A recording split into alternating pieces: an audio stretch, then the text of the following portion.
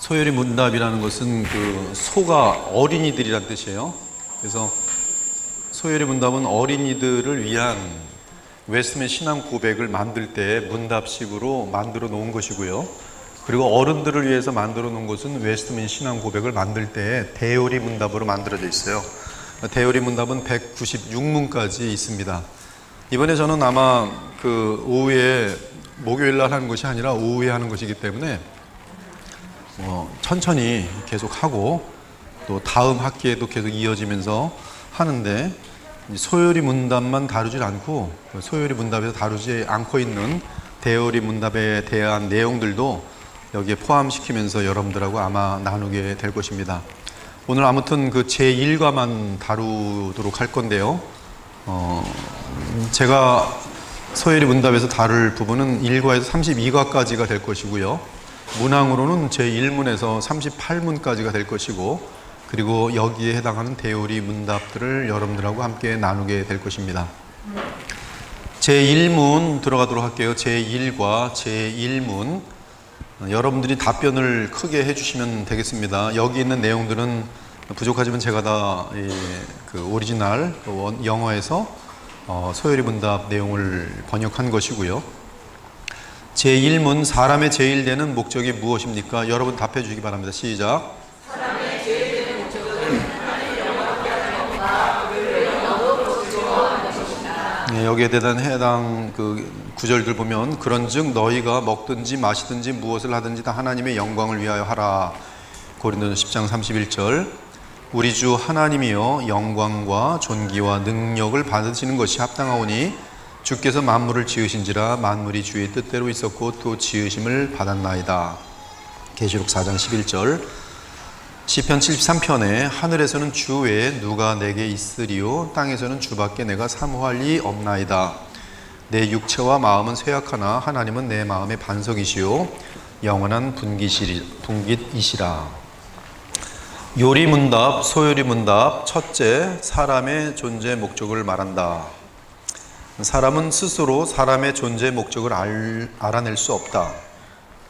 왜냐하면 하나님이 사람을 창조하셨기 때문이다. 하나님은 사람을 자신의 형상대로 창조하셨다. 그래서 사람은 원래 하나님의 참된 형상을 소유한 존재로서 자기 중심보다는 하나님 중심으로 살도록 지음을 받았다. 하나님 중심으로 살도록 지음을 받았다. 이것이 이제 창조의 목적이죠. 죄가 모든 것을 파멸시키기 전 사람의 유일한 생각과 소원은 하나님을 섬기며 그분 안에서 즐거워하는 것이었다. 죄가 우리에게서 사라지면 그 사람의 생각과 마음은 하나님을 향할 수밖에 없도록 되어 있습니다. 죄가 깊어지면 하나님을 멀리하고 자기중심적으로 발전하게 돼 있어요. 아담이 처음 하나님을 대항하여 범죄하였을 때 모든 것은 변하였다. 하나님이 얼마나 위대하시며 놀라우신 분인지를 생각하는 대신에 사람은 자신을 생각하기 시작하였다. 그래서 죄의 결과는 지금 이 소요리 문답 제1문의 입장에서 볼 때는 죄의 결과는 이기심입니다. 이기심. 나밖에 모르는 것이에요. 그 이기심은 다르게 표현하면 자기 영광을 구하는 것이에요. 죄성이 강한 사람들은 자기 영광을 구하는 것이 셉니다. 자기 영광을 구하지 못하게 되면 성질을 부리는 것이죠. 또 자기 세력을 확장하는 것이 죄의 속성입니다. 자기를 즐겁게 하는 것, 그것은 다르게 표현하면 자기 쾌락이 죄의 또한 속성이에요. 그래서 이 죄를 우리가 벗어나서 이기게 되면은 이기심보다는 이제 하나님의 영광을 추구하게 되고, 하나님의 영광을 추구함은 곧 이 주님께서 창조하신 다른 사람들이 주님을 닮아갈 수 있도록 하나님 중심으로 살 수 있도록 그들을 섬기는 것으로 이 발전하게 돼 있어요. 그것이 죄를 이기면서 예수님을 닮아갈 때 하나님이 뜻하신 창조의 형상을 회복하게 될 때 나타나는 전형적인 그러한 모습이죠. 자기 영광을 구하기보다는 그리스도의 영광과 하나님의 영광을 구하는 모습으로 바뀌게 됩니다. 자기 쾌락을 구하기보다는 하나님을 어떻게 하면 즐겁게 할 수 있을까, 그분의 기쁨이 되는 것으로 마음이 바뀌게 되어 있어요. 사람은 자신이 위대하여지면 어떻게 될까, 그리고 얼마나 즐거울까를 생각하기 시작했다. 이것이 죄의 결과입니다. 그래서 이 두 종류의 마음의 상태를 보고 있는데, 첫 번째 그림은 바로 하나님께서 처음 사람을 만들었을 때에 죄가 들어오지 않았더라면 보여줬을 모습이에요. 하나님 중심으로서 일도 있고 교육도 있고 결혼도 있고 여가가 있어요. 반면에 그림 2는 죄가 들어온 다음의 인간의 모습의 특징입니다.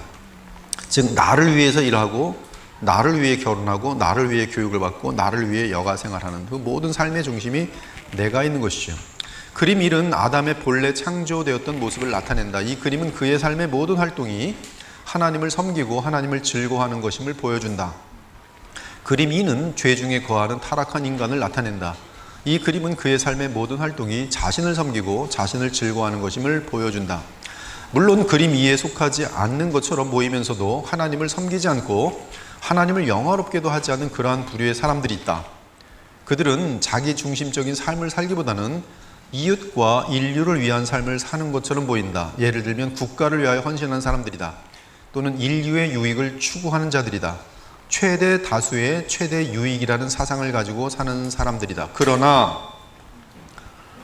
이 끝은 결국 하나님과 연결되지 않을 때는 그것은 결국 인간을 위한 것으로서 그런 죄의 덩어리가 되어버린 것이죠. 그러나 사실상 이것 역시 그림 2에 해당하는 사람들이다. 그 이유는 여전히 그들은 하나님 중심이기보다는 사람 중심으로 살고 있기 때문이다. 다른 사람의 유익을 구하는 것을 자신의 삶의 가장 큰 목적으로 삼는 것도 궁극적으로는 하나님을 영화롭게 하기보다는 인류에 속한 자신을 영화롭게 하는 것이다. 따라서 하나님을 영화롭게 하고 그를 영원토록 즐거워할 수 있는 자들은 오직 주 예수 그리스도를 믿는 그리스도인들밖에 없다. 그래서 요리문답의 전반부는 어떻게 우리가 하나님을 영화롭게 하고 그를 영원토록 즐거워하는 하나님 중심의 사람이 될 수 있는지를 제시한다. 내용이 되게 짧아요. 요약이 잘 돼 있습니다. 지아 윌리엄슨. 그리고 지금 여러분이 다루는 이 책은 그 소요리 문답의 클래식입니다. 즉 고전이에요. 제가 1970년대에 한국의 장로교가 상당히 많이 부흥하고 있었을 때예요. 물론 부흥회라는 것이 있었고 막 그렇지만은 이 보수적인 장로교들, 특히 뭐 합동 측이랄지 또 뭐 고신, 또 합신, 그때 합신 있지 않았어요. 합신은 1980년 지나고 나서 생겼는데요. 그때 실력 있는 한국의 합동 측 교회나 고신 측 교회가 꼭 다루었던 것이 뭐냐면 지아이 윌리엄슨의 소요리 문답이에요. 근데 여러분, 근데 이게 지금 1970년인가에 만들어진 것인데요. 지금 그럼 몇 년 된 거예요? 지금 50년 넘은 거예요. 50년. 근데 그 이후에 교회는 이 교리를 떠났습니다. 교리를 떠나서 장로교회가 장로교회가 아니고요. 장로교회라는 건 리폼드에 서 있는 그 스코틀랜드의 정치체제거든요. 근데 장로교회는 지금 장로교회가 아니에요. 그들은 리폼드 개혁주의가 뭔지 모릅니다. 그냥 다 같이 지금 이 시대의 교회는 자기 중심의 교회예요. 자기 중심의 교회. 그러니까 이런 소요리 문답 같은 것들이 얼마나 그 귀하게 보배로운 책인지 우리가 이 보화를 끄집어내서 이걸 지금 교회에서 주일날에 이 거룩하고 아름다운 주일날 오후에 다루고 있다는 것은 하나님께서도 너무나 즐거워하시고 우리 모두에게는 말로 다 표현 못할 그러한 특혜죠. 하나님을 영화롭게 함, 하나님을 영화롭게 한다는 것은 하나님을 영화롭게 만든다는 뜻이 아니다. 하나님은 이미 영화로우시다. 하나님은 영원토록 영화로우셨고 그로 말미암아 창조된 그 어떤 것도 이미 영화로우신 하나님을 더 영화롭게 할 수 없다. 그러므로 하나님을 영화롭게 한다는 바른 뜻은 하나님의 영광을 반사한다는 의미로 이해되어져야 한다. 우리 인간의 존재는 하나님의 영광을 리플렉션하는 존재예요. 그분이 얼마나 아름답고 얼마나 선하시고 얼마나 매력 있는 분인지를 우리의 성품과 삶을 통해서 보여주는 것, 그것이 바로 하나님을 영화롭게 하는 것이. 예를 들어 자연은 하나님의 영광을 반사한다. 하늘이 하나님의 영광을 선포하고 궁창이 그의 손으로 하신 일을 나타내는도다. 하나님께 창조하신 이 아름다운 세상은 하나님의 영광을 반사하는 하나의 거울과 같다. 정말 아름답죠? 이 세상 자연을 보면서 아름다운 것을 못 느끼는 것은 쾌락에 물들었다는 뜻이에요. 자극에 물들었다는 뜻이에요. 그러나 이 어떤 죄로부터 멀어지고 자기를 이기면서 하나님을 바라보게 되면 하나님을 바라봄과 더불어서 같이 병행되는 게 있어요. 그것은 뭐냐 하면 모든 하나님이 지으시고 또 만들어진 질서 같은 것들에 대한 끝없는 아름다움을 보기 시작하는 거예요. 아기가 태어나면 그 아기를 보면서 남자임에도 불구하고 어떻게 이렇게 아름다울 수 있을까? 이제 이런 사람은 지금 이 문화에 의한 그런 자극 같은 것들이 많이 줄고 하나님이 만들어내신 그 자연 속에서 하나님의 영광을 보기 시작하는 거예요. 그렇죠? 어떻게 이렇게 아름다울 수 있을까? 자기 아내를 바라보면서 어떻게 이렇게 아름답게 지음을 받을 수 있을까? 남편을 바라보면서 어떻게 우람하고 이렇게 멋있을 수가 있을까? 못생김에도 불구하고 이렇게 느껴지는 것은 그건 이제 신앙적으로 믿음이 깊어지고 있는 친구예요. 그러니까 믿음이 깊어지면 부부가 싸울 수가 없어요. 너무 아름다우니까 서로. 눈에 깍지가 다시 끼니까. 하나님의 영광을 이 모든 피조물들은 반사합니다. 하나님께 창조하신 이 아름다운 세상은 하나님의 영광을 반사하는 하나의 거울과 같아요. 동물을 보더라도요. 저는 우리 지금 후레니는 죽었지만 클라라가 남아있는데 클라라를 보면요. 정말 너무 착해요. 짐승이 어떻게 이렇게 착할 수가 있을까? 너무 착해요. 근데 그 착한 것을 보면서 이제 얘는 이제 제가 이제 좀 그래도 깨끗한 사람이거든요. 자꾸 이제 조금만 사랑해주면 너무 핥으려 그래서 사랑하면서도 안 사랑하는 척하면서 거리를 좀 두거든요. 근데 그 마음속에는 제가 알죠. 정말 아름답다. 어떻게 이렇게 마음이 개 마음이 어떻게 이렇게 신앙이 깊어지니까 개 마음도 보이더라고요. 근데 여러분을 볼 때도요. 제가 이제 성령이 충만하면서 좀 정상적인 사람이 되면 다 이쁜 거예요. 정말 너무 이뻐요. 너무너무 이뻐도 보통 더 이쁜 게 아니에요. 그러니까 어떤 때는 들떠요. 아침에 예배 드리러 오면서 오늘 다들 만나 뵈겠구나. 만나면 얼마나 좋을까. 너무너무 반가운 사람들이거든요. 카타콤에 초대교회 때 카타콤에 숨어 다니면서 로마의 군병들을 숨어 다니고 그럴 때 그 사람들이 예배 때 만났을 때 그때 그들이 느꼈던 그 아름다운 감정들이 어떠했을지 여러분 상상이나 갑니까? 그 감정을 우리 코로나 때 잠깐 맛봤어요. 코로나 때 예배 못 드리게 했더니 막 예배 드리고 싶어서 얼굴들이 난리가 났어요. 그러다 딱 모였으면 뭐 좋아가지고 몇 사람 못 모였어도 막 너무 좋아서 예배가 이렇게 좋은 건지 몰랐어요. 그러더니 정상으로 다 돌아오고 예배도 안 나와. 네, 참 이 모든 피조물이 얼마나 아름다운지 모릅니다. 그러므로 사람이 만일 그 거울을 잘 들여다보면 하나님의 영광을 볼 수 있다. 따라서 하늘과 땅의 존재의 주된 목적은 하나님의 영광을 선포하며 드러내는 것이다. 그러나 사람의 경우는 다르다. 사람이 하나님의 영광을 드러내는 것은 자유의지가 있기 때문에 선택을 해야 돼요. 즉 나를 드러낼 것인지 하나님을 드러낼 것인지 그것은 그 사람의 선택에 딸려 있어요.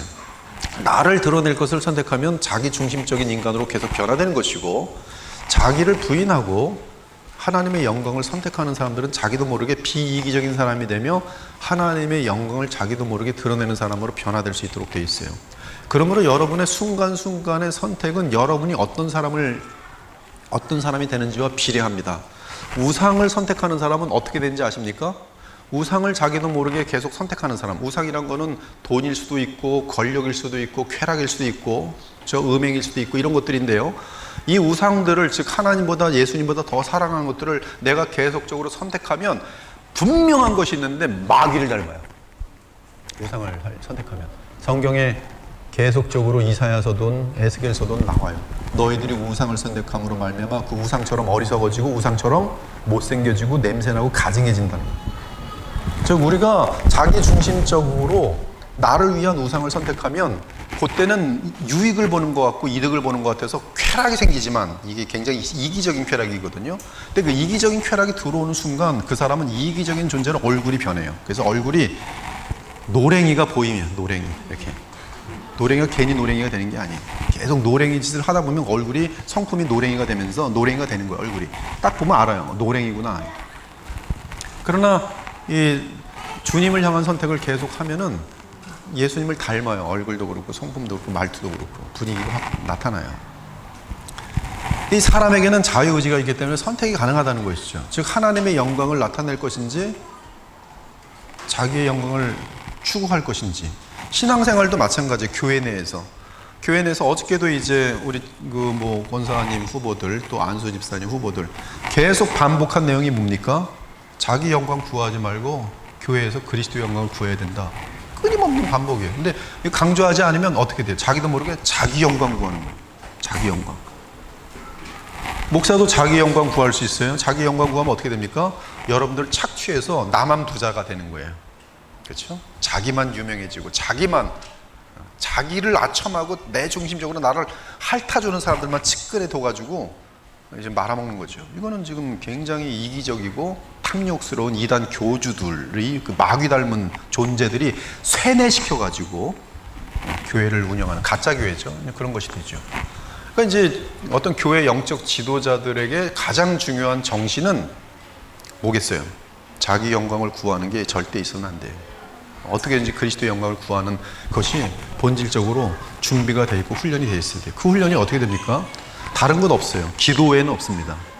자기를 부인하는 기도를 계속하지 않는 한 인간은 본성적으로 죄인이기 때문에 거듭난 후에도 이 죄악된 죄성이 끊임없이 아담으로부터 물려받은 그 존재 자체이기 때문에 로마 7장에 보면 죄 자체이기 때문에 우리 인간이 깨어있지 않으면 그냥 이기심으로 달려가도록 되어 있어요. 이기심이 얼마나 무서운지 아십니까? 내게 온통 은혜를 베푼 사람에게 가서 하는 짓이 물어 죽여가서 그 사람 걸 다 빼는 거예요. 이게 이기심이라는 게 무서워요. 이기심은 정말 무서워요. 그것은 모든 죄악의 뿌리입니다. 인간의 모습을 거의 드러내지 않고 철면피와 흑마귀와 정말 폭군과 독재자와 이루 말할 수 없는 악의 축이 되어지는 그 핵심 세력은 이기심이에요. 이기심.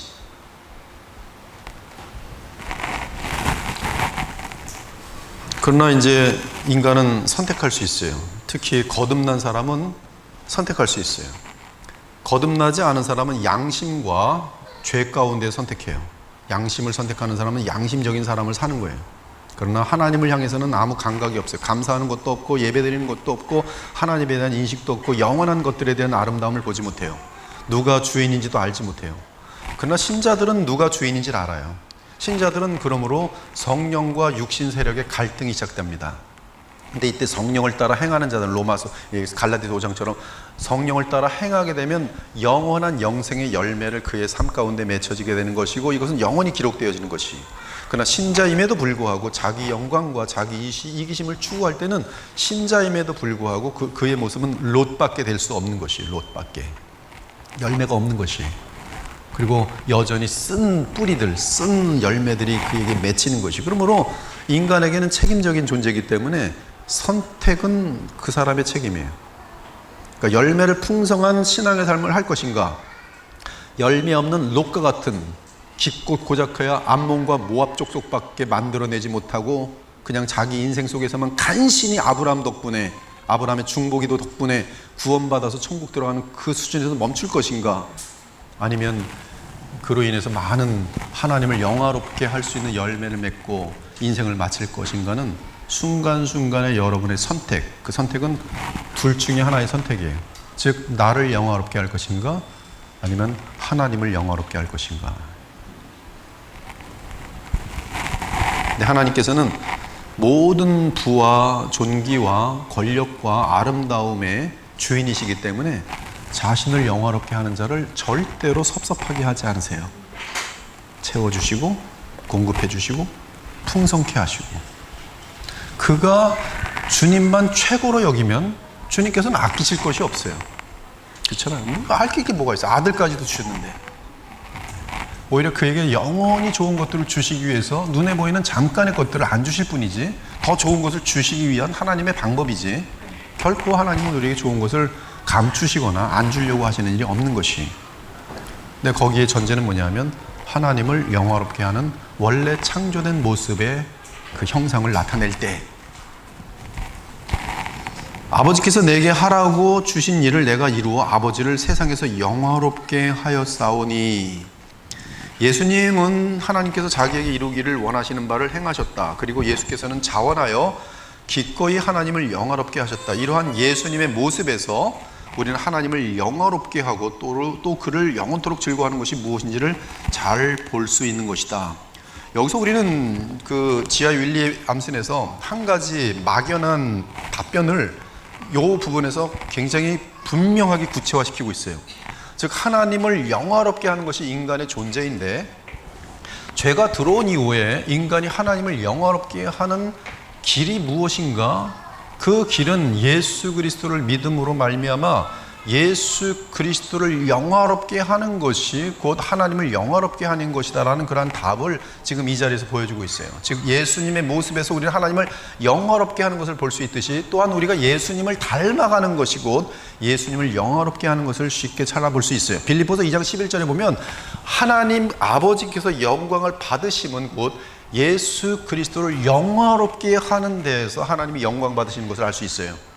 그러므로 여러분들이 하나님을 영화롭게 한다 하면서 그 마음 중심과 삶의 중심에 그리스도가 없으면 하나님을 영화롭게 할 수 있는 능력도 없을 뿐만 아니라 그 생각이 자신도 모르게 하나님을 영화롭게 했다라는 착각이 들어가면 어느새 교만이 들어와갖고 하나님을 영화롭게 하기는커녕 오히려 도리어 이기적인 존재인데 스스로 착각하면서 나는 하나님을 영화롭게 하는 존재야라고 오해하게 돼 있어요. 그 대표적인 인물이 바로 바울이었어요. 그렇죠? 다메섹 도상으로 달려가면서 저 크리스찬들을 다 죽여 없애야지, 다 감옥에 가두어야지. 바울의 마음속에 뭐예요? 하나님을 영화롭게 해야지. 그런 하나님을 영화롭게 한 것이 아니라 하나님의 그 맞짱 뜨는 그런 엄청난 어리석음 가운데 빠지는 그런 모습이 된 것이죠. 그러므로 지금 죄가 들어온 이후에 우리는 하나님을 영화롭게 하는 그 길은 예수 그리스도로 인하여 거듭나서 그분과 연합하여 동행하는 그 길밖에 없는 것을 알 수가 있어요. 즉 하나님을 아는 것은 그리스도를 통해서 하는 것이고, 그분을 영화롭게 하는 것은 또한 마찬가지로 그리스도 안에서 그리스도와 더불어 살아갈 때만 가능하다는 것을 알 수가 있어요. 이것이 대요리 문답에서는 상당히 자세히 나오고 있어요. 많은 사람들은 하나님을 영화롭게 하는 것을 원치 않으며 하나님을 영원토록 즐거워하는 것을 원치 않는다. 사실 자신의 죄를 회개하고 그리스도를 믿는 자 외에는 아무도 하나님을 원치 않는다. 하나님을 영화롭게 하는 것을 원하지 않는 자들이 훨씬 많기 때문에 사람의 제일 되는 목적은 하나님을 영화롭게 하는 것이라는 요리 문답이 오히려 틀린 것처럼 여겨질 것이다. 그러나 요리 문답이 맞다. 만일 어떤 사람이 하나님을 영화롭게 하는 것을 원치 않더라도, 심지어 의도적으로 하나님을 섬기기를 원치 않더라도 그는 여전히 하나님께 굴복할 수밖에 없다. 마귀가 아무리 많은 악을 저질를지라도요, 하나님의 완전한 지혜와 선하심 가운데 그가 범한 악은 놀랍게도 하나님의 백성을 향해서는 유익받게 되지 않아요. 여러분, 마귀들 너무 염려하지 마세요. 너무 두려워하지 마세요. 마귀가 여러분으로 죄를 짓게 한 부분에 대해서는 경계해야 되지만, 마귀가 뭐 여러분을 아프게 한다랄지, 뭐 어디에서 무슨 일거리를 망치게 한다랄지 그런 거 두려워하지 마십시오. 마귀가 여러분에게 어떠한 해와 악을 끼칠지라도 그것은 하나님의 지혜 가운데 여러분들 주님과 함께하면 여러분에게 한량없는 유익만 끼칠 뿐이에요. 전혀 두려워할 필요 없어요. 궁극적으로. 그러니까 이러한 마귀가 역사할 때 내가 믿음 안에 있느냐 믿음 밖에 있느냐, 이것이 중요한 관건이지, 그가 역사할수록 내가 믿음 안에 더욱더 강건히 붙어 있으면 그의 역사는 나를 더욱더 견고하고 정말 수정처럼, 진주처럼 그러한 하나님의 아주 아름다운 존재로 만들어낼 뿐이지, 그러니까 마귀는 실컷 자기는 악을 베풀어갖고 뭘 결과를 만들었냐면 하나님의 영광스러운 사람을 만들어내는 일에 도움밖에 못 줘요. 자기 의도와는 정반대의 일들이 발생한다고. 그러므로 하나님 앞에서는 마귀는 지독히 어리석은 자고 마귀는 항상 패배자일 뿐이에요. 그러므로 여러분, 마귀에 대해서 그렇게 뭐 두려워할 필요 없어요. 제가 옛날에 하여튼 그 목사는 지금도 기억이 나는데, 마귀를 조심하래요. 마귀를 화내게 나는 일을 하지 말래요. 계시록 다루면 마귀가 화를 많이 만드는 거기 때문에 계시록은 다루면 안 된대요. 계시록 다루면 마귀가 와서 화가 나갖고 막 그냥 무서운 일들을 막 벌인다는 거예요. 이런 바보 같은 목사가 있나요? 걱정하지 마세요. 마귀는 아무것도 아니에요. 여러분들 믿음 안에 있을 때 우리 주 예수께서는 여러분들을, 그리고 마귀의 모든 활동은 그 예수님의 그 주권 아래 있기 때문에요, 주님이 허락하지 않으면 발생할 수가 없어요. 근데 발생했다는 것은 하나님이 허락하신 것이고, 그 허락했다는 것은 자기 아들까지도 아끼지 아니하시고 또는 자기 몸까지 주시는 하나님과 예수님의 사랑 안에서 발생되는 일로서 그것은 우리에게 궁극적인 말로 다 표현 못할 유익을 주기 위함인 것을 조금 더 의심할 필요가 없는 것이, 아무튼 이 마귀는 의도적으로 하나님을 섬기기를 원치 않고 이 악한 사람들이 하나님을 섬기기를 원치 않더라도 하나님은 그의 완전한 주권과 그 지혜 속에서 그를 굴복시킬 수밖에 없습니다. 토기장이가 진흙 한 덩이로 하나는 귀 쓸 그릇을, 하나는 천이 쓸 그릇을 만들 권한이 없느냐. 만일 하나님이 그의 진노를 보이시고 그의 능력을 알게 하고자 하사 멸하기로 준비된 진노의 그릇을 오래 참으심으로 관용하시고 또한 영광 받기로 예비하신 바 긍휼의 그릇에 대하여 그 영광의 풍성함을 알게 하고자 하셨을지라도 무슨 말을 하리요. 즉 버림을 받은 자나 구원을 받은 자나 다 같이 하나님의 영광을 드러내는 도구리더라. 어떻게? 구원받은 자들에게는 하나님의 자비를 나타내서 그들이 하나님의 자비를 받은 것 때문에 하나님을 영화롭게 하는 것으로 나타나고, 버림받은 자들에게는 하나님의 공의와 심판, 그들의 죄악에 대한 공의와 심판 분명히 하나님께서 나타내므로 하나님이 얼마나 정직하시고 공의로우시고 살아계시고 역사하신지를 드러내는 그런 영광으로 나타나는 것이, 차이는 버려진 자들, 곧 회개하지 않고 그리스도를 믿지 않는 자들은 하나님을 영화롭게 하길 원하는 마음이 전혀 없더라도 하나님은 그들을 향한 공의로운 심판을 통하여 강제적으로 하나님의 영광을 드러내시는 것이고, 구원을 받은 자들을 통해서는 그들의 자발적인 섬김과 마음으로 하나님을 영화롭게 하며 영원토록 그를 즐거워하는 것으로 하나님의 영광은 드러나는 것입니다. 이제 마지막으로 사람의 제일 되는 목적에 대한 바른 의미, 요리문답이 사람의 제일 되는 목적에 관하여 말할 때 참된 신자의 삶을 여러 가지 부분으로 나누거나 각각 분리된 것으로 생각하면서 말하는 것은 아니다. 물론 그리스도인들도 소위 종교라는 것 외에 다양한 삶을 누린다. 그러나 전도, 봉사 및 예배만이 그리스도인의 삶이라고 생각해서는 안 된다. 여기서 대단히 중요합니다. 그러나 전도, 봉사 및 예배만이 그리스도의 삶이라고 생각해서는 안 된다. 맞는 말씀이, 그러나 모든 삶의 부분이 하나님의 영광을 위해서 있으나 그럼에도 또한 우리는 전도와 예배와 주를 섬기는 삶의 소중함을 또 기억할 수 있어야 돼요. 그게 정확한 리폼드의 개념입니다. 이러한 의미에서 하나님께 영광을 돌리려면 오직 전도만을 통해서 할 수 있다고 말해서는 안 됩니다. 즉 전도만 하면 안 돼요. 우리의 삶에서, 가정에서 아내는 남편에게 존경하고 가정일 풍성하게 하고, 남편이 일하고 돌아오면 기쁨을 가질 수 있도록 도와줘야 되고, 남편은 아내와 가족들을 위해서 그냥 뼈가 다 부러질 정도로 일하면서 먹여 살릴 책임을 갖고 섬겨야 되고, 이렇게 열심히 하는 것이, 그것이 하나님을 영화롭게 하는 것이, 사회에서도 열심히 성실하게 해서 결코 불신자들에게 피해를 끼치거나 그렇게 돼서는 안 되고, 요셉처럼 본이 되는 삶이 되고 유익을 끼치는 삶을 살아야 되는 것이, 그럼에도 불구하고 이러한 일들이 더욱 가능하게 하기 위하여 하나님의 은혜를 받아야 되는 채널인 이러한 예배와 또 날마다 말씀을 묵상하고 기도한 일들이 소외될 수가 없는 것이에요.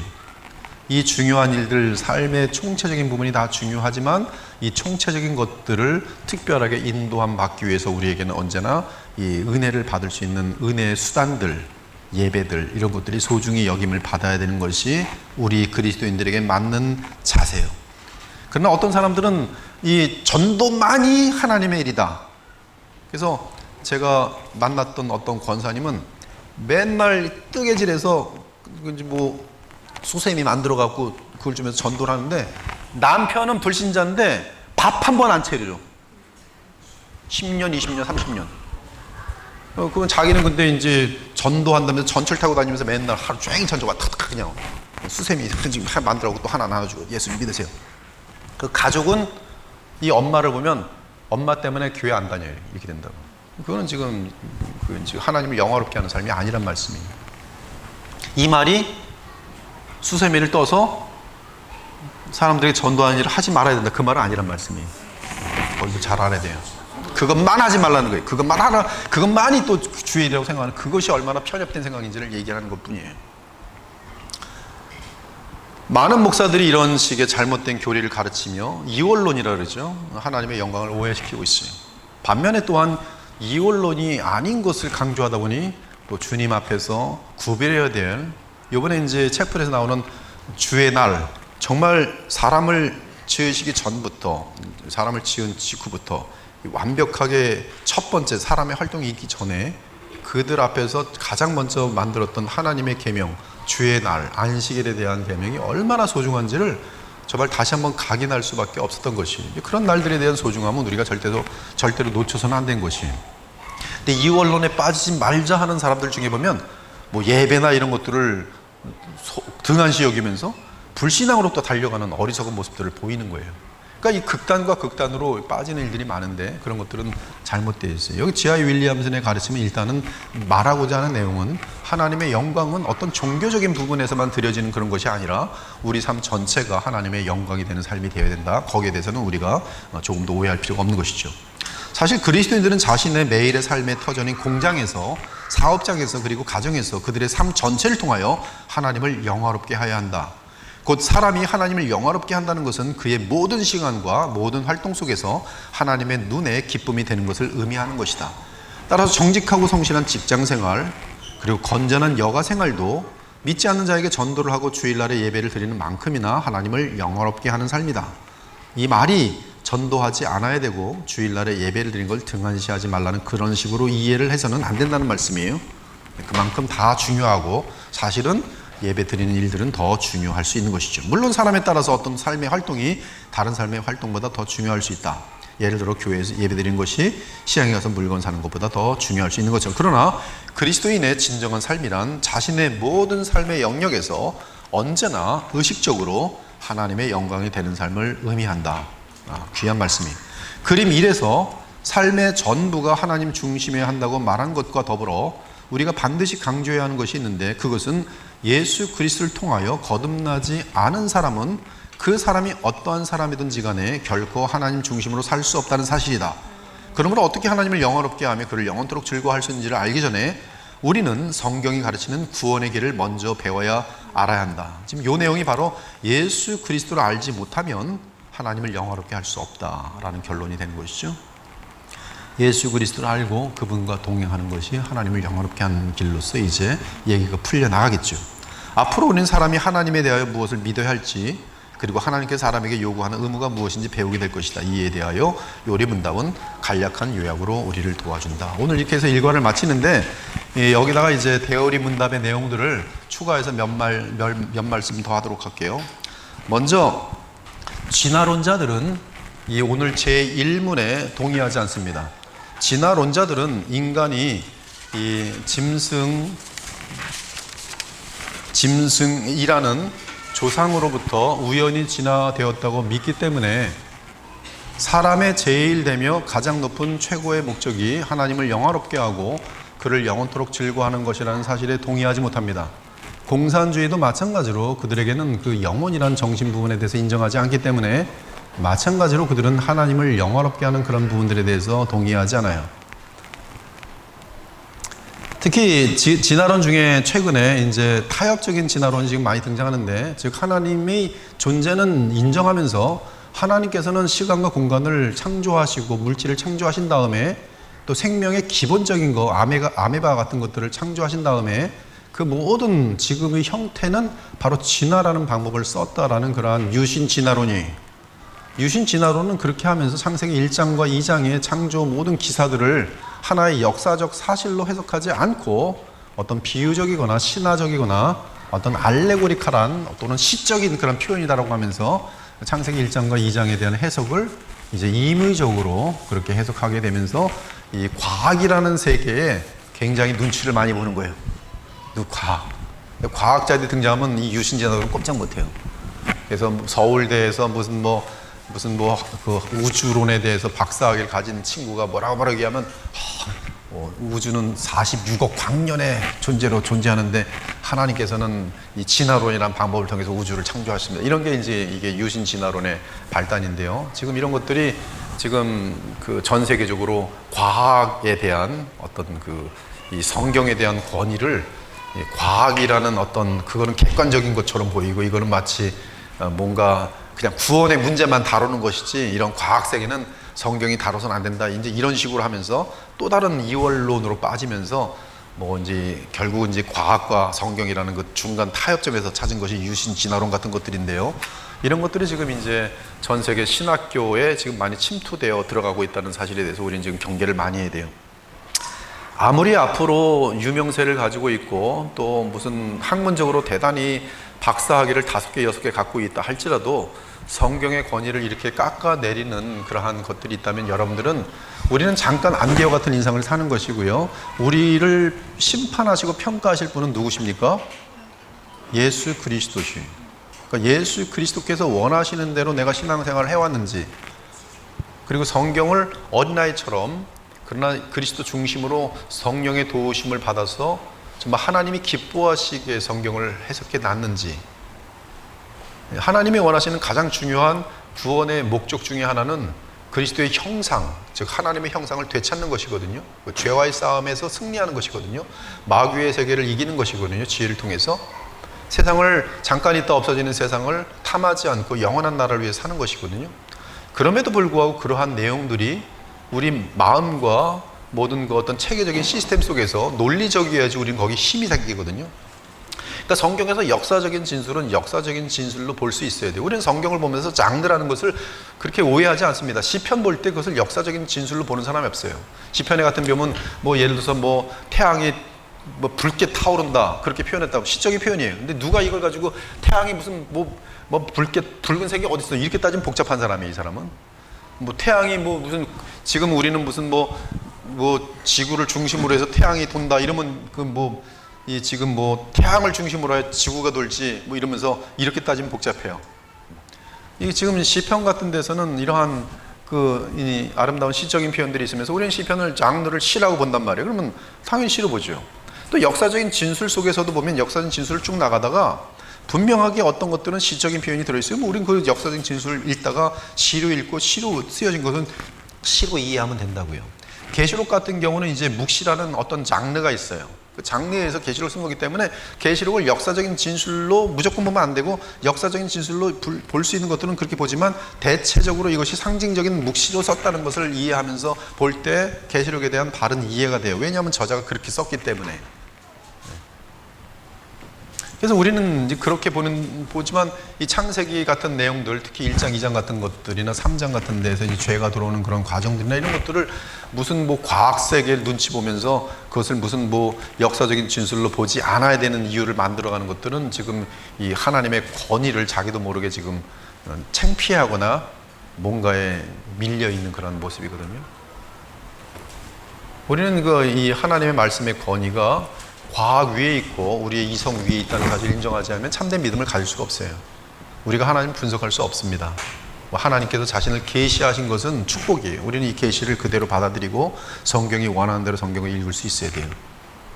성경이 원하는 대로 읽는 것은 역사적 진술은 역사적 진술대로 사실대로 보는 것이에요. 그렇지 않으면 거기에는 인간의 생각과 인본주의가 타고 들어와서 어느새 기독교는 철학화되고 학문화되고, 그리고 철학화되고 학문화되면 그 결과는 죄에 대해서 승리하는 그런 능력들이 나타나지 않아요. 사람들이 많이 모인다고 성령의 능력이 나타나는 것이 아닙니다. 제가 직장 생활할 때 일주일 동안 간부 훈련을 받고 나가면 그 직장의 사람이 돼서 나와요. 삼성 같은 경우는 옛날에 이 스포츠를 깠거든요. 삼성 들어가서 딱 일주일 동안 단합 운동하면 삼성 이러고 다녀요. 그 기계 인간들 같아 이러고. 이게 성령의 역사가 아니에요. 무슨 찬양 2시간으로 말이야 막 심취해갖고 막 성령이 임한 것처럼 하는데 그거 성령이 임한 거 아니에요. 성령이 임하는 것은 결국은 그리스도를 향한 감사와 사랑 가운데 나의 삶이, 성품이 정말 이 세상을 아름답게 만들어가는 그런 빛의 역할로 나타나는, 소금의 역할로 나타나는 그런 하나님이 원하시는 뚜렷한 목적들이 나타나는, 변화될 수 없었던 사람들이 변화되어지는, 아름다워지는 그런 모습들이 이 복음의 능력에는 나타날 수 없는데, 그 복음의 능력이 너무 학문화되고, 학문은 소중한 것입니다. 그러나 그것이 학문화되고 신화화되고 그리고 과학에 밀리고 철학에 밀리고, 우리들은 뭐 누구 철학자라 그러면 괜히 가서 꼼짝 못해요. 철학자들 개똥 철학입니다. 아무것도 없어요. 그런 하나님 말씀에 대해서 내가 바르게 이해하고 있으면 거기에 대한 확신과 자신감을 갖고 기도하면서 영혼들을 불쌍히 여기고 구원할 생각을 해야지, 무슨 세상 것들에 자꾸 밀리면 큰일 나는 것이, 그건 우리가 하나님 앞에 창피한 거예요. 주님께서 만난 거예요. 넌 왜 이렇게 말씀을 그렇게 창피하게 여겼냐? 과학보다도 그렇게 못하게 여겼냐? 뭐 세상에 뭐 불신자들이 쓴 시보다도 못하게 성경을 그렇게 우습게 여겼냐? 우리 그때 주님 앞에서 얼굴 가리며 죄송합니다. 얼마나 창피하겠어요. 여러분 긍지를 가십시오. 솔라 스크립추라에, 오직 성경이. 이것은 오직 성경만 들여다보는 뜻이 아니라 모든 책들 위에, 모든 정보 위에, 모든 것들 위에 최고의 권위, 파이널 권위는 성경이란 말씀이. 그러므로 성경이 말하면 그걸로 끝나는 거예요.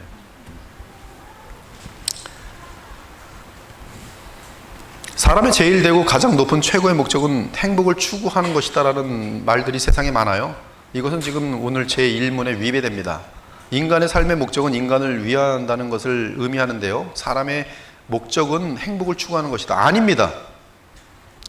이 인간의 최고의 목적은 하나님을 영화롭게 하는 것이, 인간의 제일 되는 목적이 자기 행복을 추구하는 것이라는 사상은 이 성경의 사상과 위배됩니다.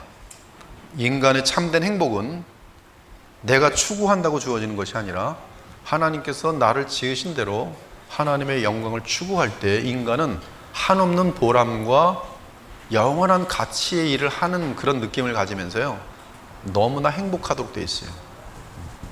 돈을 많이 쌓아놓고 권력을 가지면서 행복을 느끼는 것은 그건 세상적인 것이고요, 영원한 가치가 있는 일을 주님께서 맡기셨고 그 일을 나는 지금 하고 있다라는 그 인식이 들 때는, 이때 그가 느끼는 행복은 하늘로부터 내려오는 그러한 blessed, 복된 상태로서요, 지복이라고 하는데, bliss라고 하는데요, 그것은 그 어떤 것도 막을 수가 없어요. 그것이 바로 그리스도를 아는 고상함의 그러한 아름다운 기쁨과 맞물려 있어요. 하나님을 영화롭게 하는 것이 하나님을 즐거워하는 것보다 먼저 쓰였어요. 지금 보면은 이것도 되게 신중한 것이에요. 하나님을 즐거워하는 것이 인간의 목적으로 먼저 나왔더라면 우리는 하나님과 교통하면서 감정적인 기쁨들, 찬양하면서 맨날 이러고 있는, 아 좋다, 예배드리니까 좋다. 근데 뭐가 없어요? 순종이 없고 하나님을 영화롭게 하는 그러한 모습으로 변화되지 않아요. 그렇기 때문에 이 후자는, 즉 하나님을 즐거워하는 것은 하나님께서 너무나 즐거워하시는 것이지만, 그러나 우리 존재 자체는 하나님을 먼저 영화롭게 하는 것이 1차의 존재 목적이고, 그와 더불어 주님께서 함께 하여 주시는 것이 하나님을 즐거워하는 것이, 그러므로 우리는 하나님을 영화롭게 하며 그와 더불어 주를 즐거워하는 것이 인간의 목적인 것을 다시 한번 확인할 수 있어요. 그러므로 이 일문에서도 인간의 최고의 목적은 다시 한번 둘 중에 우선순위를 가린다면 하나님을 영화롭게 하는 것이 인간 존재의 최고 목적이에요. 아멘입니까? 아멘. 중요해요. 인간의 최고 목적은 하나님을 영화롭게 하는 것입니다. 인간의 참된 행복은 오직 지음을 받은 대로 하나님의 뜻대로 이루어질 때 가능합니다. 그러므로 우리는 의식적으로 하나님을 영화롭게 하는 것을 최우선으로 마음에 두어야 해요. 그러므로 고린도서 10장 31절에 그런즉 너희는 먹든지 마시든지 무엇을 하든지 뭐라 그랬어요? 다 하나님을 영화롭게 하기 위하여 하라. 이게 인간의 목적이, 무엇을 하든지 간에.